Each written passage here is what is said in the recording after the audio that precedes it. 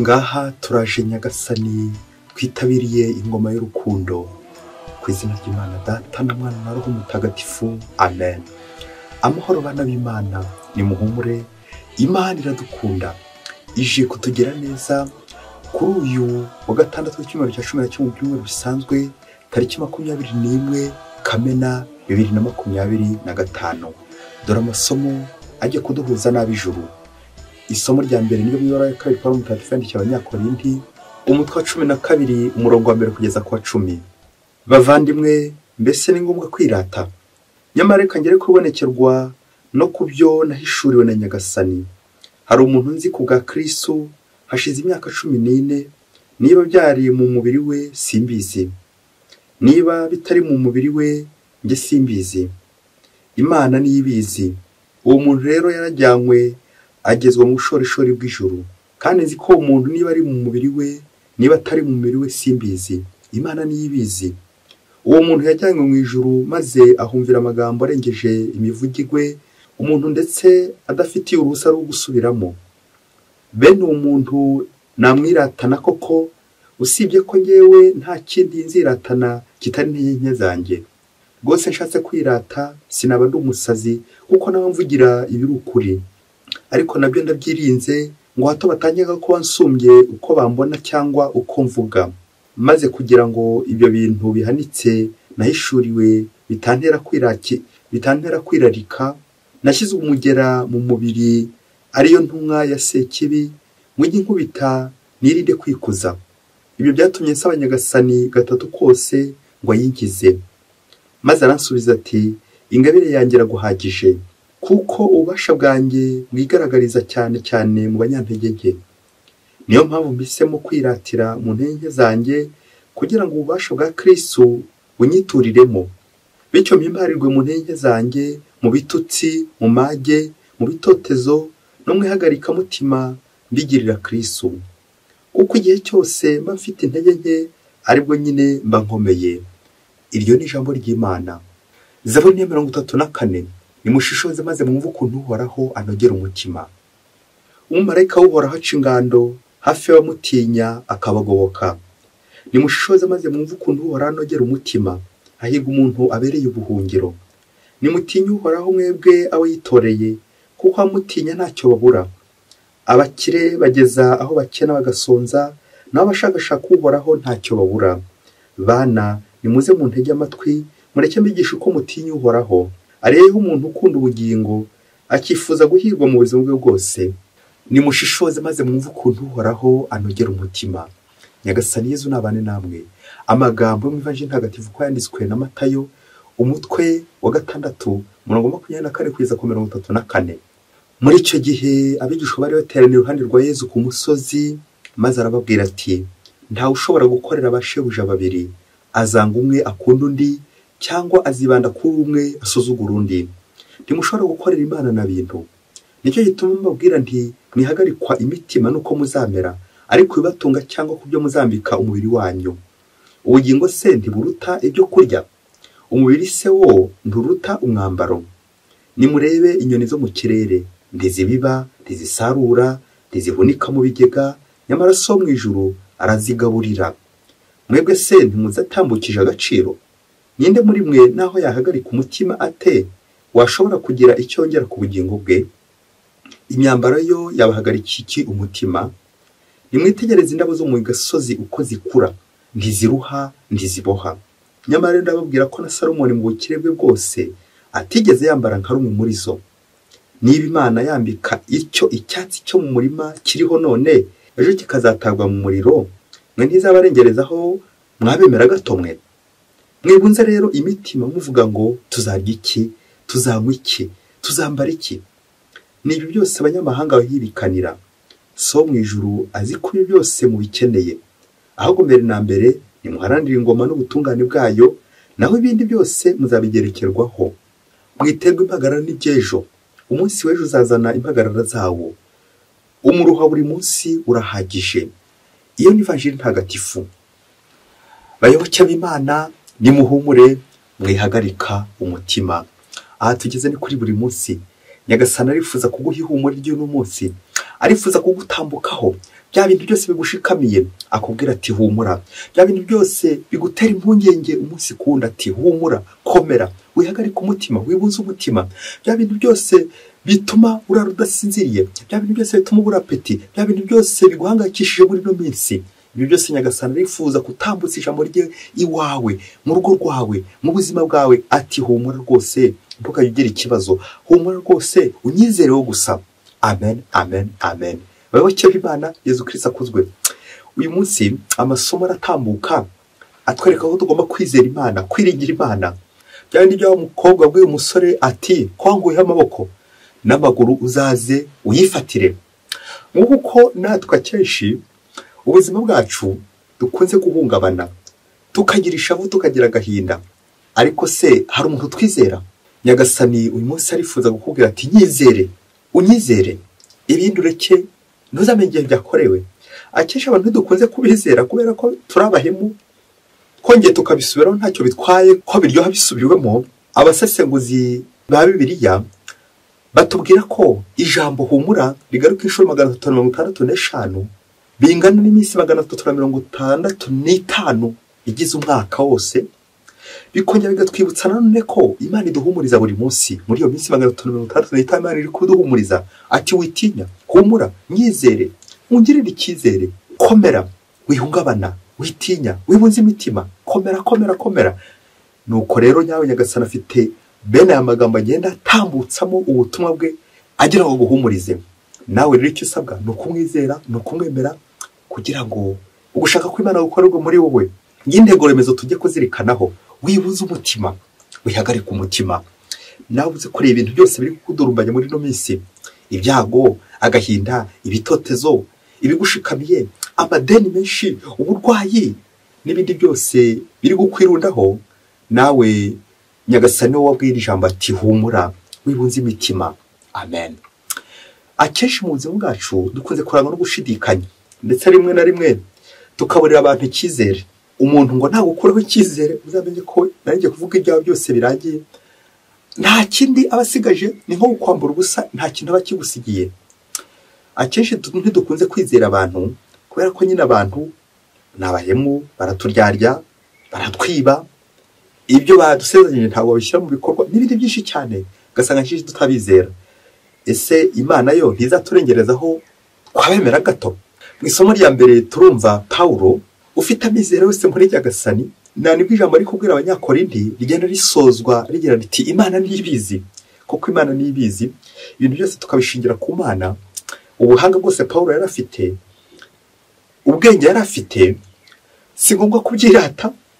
Usibye Nyagasani niwe ugomba kubimenya. Pawulo ari kubwira Abanyakorinti hari akantu acomekamo ati ngo nashyize umugera mu mubiri wanjye, ariyo ntumwa ya Sekibi, ngo iyi nkubita nirinde kwikuza. Amen, amen, amen. Ese iyi ntumwa ya Sekibi, uyu mugera wavuga iki? Umugera kuri Pawulo urerekeza cyane cyane ku bwenge afite n'ubuhanga afite, ntibigombera ko yakwirata.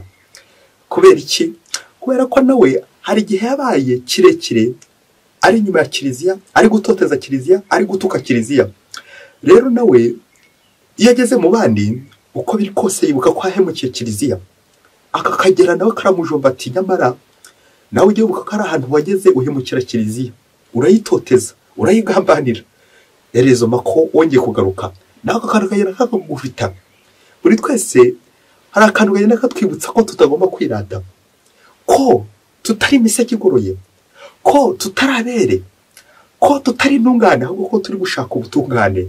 Nuko Nyagasani akagenda hari akantu kagenda katujomba katwibutsa ko hari aho twahemutse, ariko Nyagasani yifuza ko twagaruka mu nzira nziza, maze tugahumurizwa nawe, maze tukamwizera, kuko niyo shingiro ry'ubuzima bwacu. Bityo ntitwiyemere, ntitwiratane ubwenge bwacu, aho twongere twibutswe ko uko turiho ni impuhwe z'Imana. Turi abanyabyaha, turi abanyantege nke, izo ntege zacu ni Nyagasani uzikomeza. Reka duhumurizwe na Nyagasani, maze tureke dukomeze. Na nayo ndirimo muzimbibaza buno musati ni mushishoze, maze mwumve ukuntu Uhoraho anogera umutima. Amen, amen, amen. Kureka imitima yacu ikigarurwa n'Uhoraho, kureka kubunza imitima, kureka imitima yacu ikerekeza kuri nyagasani. Nta nibyiza tubwiye ngo ifashe uno munsi kudahagarika umutima, kutabonza imitima, bityo tukareka tukiringira Imana. Ubwo Yezu ari ku musozi ari guhumuriza abigishwa be bababaye, bashavuye, bamaze kugira impungenge z'ubuzima bwo hakurya, bamaze kugira impungenge z'uko bagiye kuzamanuka ku musozi bibaza uko bazamererwa. Ariko Yezu akabahumuriza agira ngo biringire Imana, bizere Imana, Imana ibitaho. Ari mu bibazo, mu bitotezo, mu byago, agahinda, Imana ikomeza kubitaho. Yezu aduhaye ikigereranyo ku bintu bibiri Imana yitaho: inyoni zo mu kirere ndetse n'indabo. Ntibibiba, ntibisarura, ntibihinga, ariko Imana Yezu ari gushaka kutwibutsa uburyo Imana itwitaho tutari tubyiteze, uburyo Imana itwitaho twayihaye ariko kubera impuhwe zayo. Ibigeranyo bibiri biratwibutsa nanone agaciro Imana ihereza umuntu, wa muntu wari mu ishusho y'Imana, ko Imana yita ku bintu kuko itakwita no ku bantu bayo. Nawe ukomeze ubyibazeho, bityo wibunze imitima, uhagarike imitima imbere y'ibibazo urimo, imbere y'ibigushavuza, imbere y'ibibazo byabura ibisubizo, imbere y'uburwayi bwabuze muganga bukabura umuti, imbere y'abagushavuza bagutoteza, imbere y'amadeni n'ibindi bibazo byose ufite by'uruhure. Reka Nyagasani akwigarurire, wibunze imitima, aho urakiringira Nyagasani. Aho niho wadohotse ukajya ku bapfumu, ukajya kwa magendu, ukajya gushakira Imana kure, kandi Nyagasani n'umutima wawe. Nabyo Mutagatifu Agustina yavugaga ati, nyuma y'uko amaze guhinduka, ati Nyagasani Mana yanjye, nagushakiye hose ndakubura. Iyo nkiza kumenya kare kose ko nagusize iwanjye, uri bugufi bwanjye, nagiye kugushakira kure kandi uri iwanjye, uri mu mutima wanjye, njyewe wari kumwe nanjye, njye ntari kumwe nawe. Amen, amen, amen. Nguko kenshi tujye tubunza imitima nyamara dusize Imana iwacu. Na nibwo ivanjiri gusoza iturarikira icyo tugomba guharanira: mbere na mbere ingoma y'Imana, cya kabiri ubutungane bw'Imana, icya gatatu ibindi byose Nyagasani azabitugerekeraho. Turekere kubunza imitima, tubanze tubanze turebe uruhanga rw'Imana, kuko kenshi dukunze kureba amaboko y'Imana, ya maboko agenda duhereza, ya maboko agenda turohora, tukaza kureba uruhanga rw'Imana. Imana itugira neza, kwa kwicuza, kwa kwigorora n'Imana bwa butungane. Mbere na mbere tureke dutunganira Imana, ibindi Imana irabizi. Tureke kwigora, tureke guhungabana, turekere Imana umwanya wayo wo gutwitaho. Ese ujya wizera Imana, wiringira Imana? Iyo ugeze mu byago wasaga ujya udohoka, ukajya kure, ukabunza imitima, kandi Nyagasani umunsi akubwira ati wihagarike umutima no kuzambera ejo. Wibuze umutima, reka Nyagasani akwigarurire, ahasigaye nawe numara guhabwa ihumure ya Nyagasani uhumuriza abandi buri munsi. Ngo umunsi umwe hirya kure cyane muri Afurika, ngo mu rugo rumwe umugore ngo yavaga ku kazi agahugira kuri telefone, yava kuri telefone agahitira mu cyumba ubwo agiye kuryama.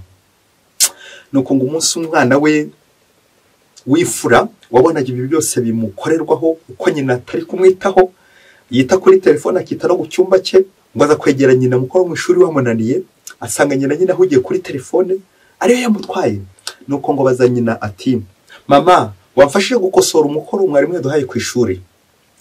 Nyina aramureba, yongera aramureba, maze aramubwira ati, genda urebe Karine, ukarine ngo kabe ari umukozi wabo, genda urebe Karine agufashe nk'uko asanzwe agufasha. Wa mwana aragenda, mu kanya gato wa mwana arongera aragaruka ati, mama namubuze rwose, kandi ejo bizagombera ko twihutira gutanga ibisubizo imbere ya mwarimu n'umukoro yaduhaye, kandi rwose ndiko ntari kubishobora. Nuko nyina akomeza kumurya sini, ntiyamwitaho. Bigeze aramubwira ati, tegereza Karine agufashe, tegereza Karine agufashe, niwe usanzwe agufasha n'ubundi. Nuko umwana akomeza byihambaho, nyina nawe ahugiye kuri telefone. Umwana yongera agaruka abaza nyina ati, ariko mama wamfashije rwose ukamfasha gukosora umukoro. Nyina aramubwira ati, umva rero mwana, mvugiye kuri telefone, hari imishinga ndi kwitaho, ndi gutegura, uretse utegereze Karine. Nuko umwana aramubaza ati, none se mama, njyewe uzantegura ryari, uzanyitaho ryari? Nuko nyina akomeza kutamwitaho n'ubundi, akomeza ategura imishinga ye. Arangije gutegura imishinga amaze kwinoza, ajya mu cyumba, bishoboke ko yatangiye gukinga. Nuko umwana arakomanga, maze aramubwira ati, mama urankunda? Nyina ati, ndagukunda mwana wanjye. None se mama, niba unkunda kuki unsigira Karine, kandi Karine ukaba utashobora kumusigira icyumba cyawe. Nyina neza neza abura aho yakwirwa nyuma y'uko yemerera umwana ko amukunda, ariko akamusigira umukozi akaba atanajya no mu cyumba cya nyina, n'umwana byumvikane bishoboke ko atagikanagiramo kuko nyina ahuze. Bayoboke b'Imana, Yezu Kristo akuzwe. Ngize impungenge twebwe abana tugira, ese koko ababyeyi bacu bo bajya baduhangayikira bagahihirikanira abana babo? Ngubwo ubutumwa bw'uno munsi, Nyagasani aguhihumure ariko nakagusaba guhumuriza abandi. Nyagasani akwitaho ariko nakagusaba kwita ku bandi. Nyagasani akugira neza ariko nakagusaba kugira abandi neza. Ababyeyi tuze kwishyiraho akabazo uno munsi, twongere turebe Nyagasani ko yadutoye akadushinga urugo, akadushinga abana, akadushinga n'ibyo dushinzwe. Aho ntusanga akenshi duhugira mu byo dushinzwe, tugahugira cyane cyane kwita ku bintu, bizinesi, ubucuruzi bwacu, imishinga yacu, ariko tutita ku bantu Imana yadusigiye. Ngubwo ubutumwa bw'uno munsi, Imana yita ku cyatsi, Imana ikita ku rurabo, Imana ikita ku nyoni, Imana ikita no ku bindi byose. Ibi byose biri mu bwoko de parasite, bya bindi bibeshwaho n'Imana, bibeshwaho n'ubundi buvunyira njye kuvuga abantu. Ariko umuntu we gitumwiteho, dusabe nimba kwita ku bantu dushinzwe, dusabe nimba kwita ku bandi kuko n'Imana nayo twitaho. Ngubwo ubutumwa bukubiye kuri inyigisho yeza ari gutangira ku musozi. Dusanzwe twita ku bintu ni byiza, ariko se abantu tubitaho ryari? Abo tubana turababarira, dusabe inema yo kubarira bagenzi bacu, kubitaho, kubitagira, kubagera neza buri munsi. Ababyeyi dutahana umukoro tuze kwibaza ngo harya abana bacu tubitaho ryari? Wasanga nanjye abana banjye basigira umukozi, wa mwana azagira uburereke ukurikije nivo y'umwitaho, ukurikije nivo ya mwarimu umwigisha. Uwo mwana nyine wigisha undi, uwo mwana w'umukozi ukurerera afite ubuhe burere? Twongere dufata akanya ko kwita ku bo dushinzwe, abo turera, abana bacu, abo tugaburira, tukabitaho n'umutima wacu wose. Uzasanga kenshi za telefone zaradutwaye uruhu n'uruhande, itumanaho, ikoranabuhanga ari byo twitaho cyane, kugeza n'ubwo tutibutse kwita ku bantu. Nyagasani nawe araguhumuriza ati komera, humura, wibunze imitima. Nawe urahumuriza abana bawe, uhumuriza ababyeyi bawe, uhumuriza abantu bose witaho, uti mukomere, muhumure, mbitaho, mbagira neza. Ariko ntibizagaragara mu magambo gusa, ahubwo mu bikorwa. Ibikorwa ukora wita kuri abo bose bababaye, bashavuye, abantu, kwita ku muntu. Nuko rero nawe ntuzahere mu kwita ku bintu ngo wibagirwe abantu, kuko abantu bakurura ubuntu bw'Imana. Imana itubeshaho ku buntu bwayo, natwe tuyirangamire, tuyizere, tureke twigarurire buri munsi. Mwese Imana ibahe umugisha. Imana Data na Mwana na Roho Mutagatifu. Amen. Padiri Masomo Ladislas wa Diyosezi ya Cyangugu.